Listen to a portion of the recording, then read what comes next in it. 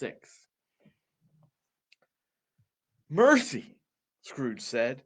"Dreadful apparition, why do you trouble me?" "Man of the worldly mind," replied the ghost, "do you believe in me or not?" "I do," said Scrooge. "I must. But why do spirits walk the earth, and why do they come to me?"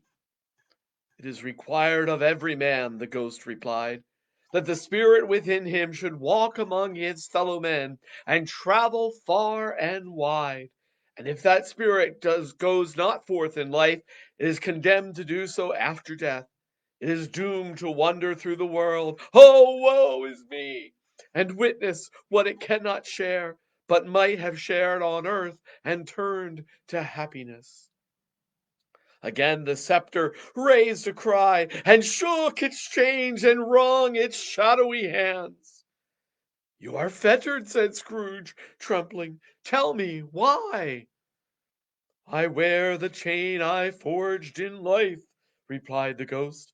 "I made it link by link, and yard by yard. I girded it of my own free will, and of my own free will I wore it. Is its pattern strange to you?" Scrooge trembled more and more.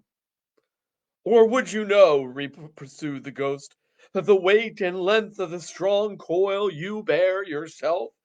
It was full as heavy and as long as this 7 Christmas Eves ago. You have labored on it since. It is a ponderous chain."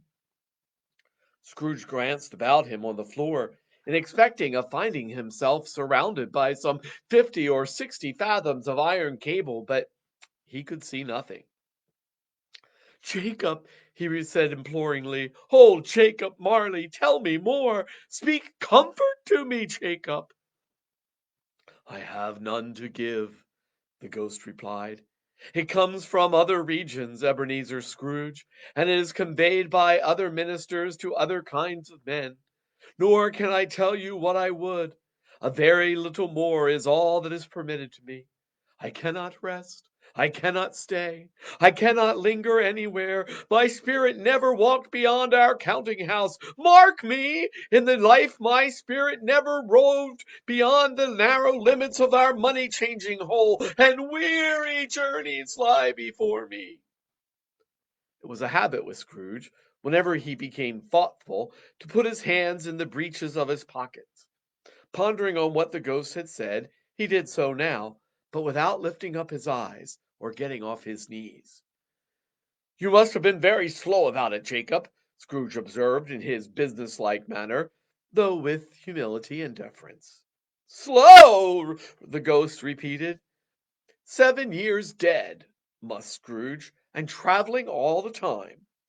"The whole time," said the ghost. "No rest, no peace, insensate tortures of remorse." "You travel fast?" said Scrooge. "On the wings of the wind," replied the ghost. "But you might have gotten over a great quantity of ground in 7 years," replied Scrooge. The ghost, on hearing this, set up another cry, and clanked its chain so hideously in the dead silence of the night that the ward could have been justified in indicating it for a nuisance. "Oh, captive, bound, and double ironed!" cried the phantom, "not to know the ages of insensate labor by immortal creatures! For this earth must pass into eternity before the good of which it is susceptible is developed.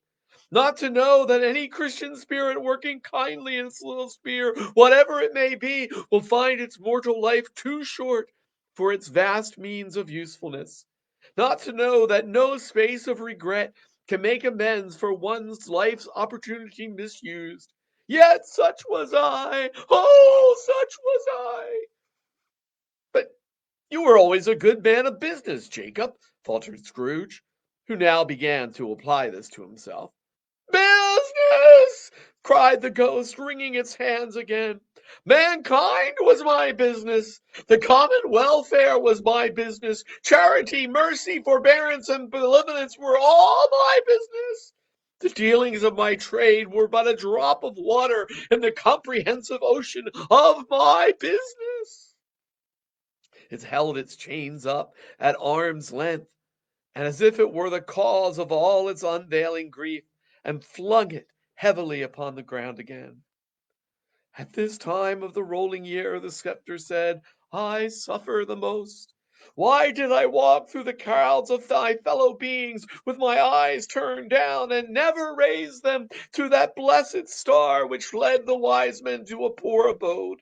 Were there no poor homes to which this light would have conducted me? Scrooge was very dismayed to hear the spectre going on at this rate, and began to quake excessively. "Hear me!" cried the Ghost. "My time is nearly gone." "I will," said Scrooge. "But don't be hard on me. Don't be flowery, Jacob. Pray." We'll continue tomorrow.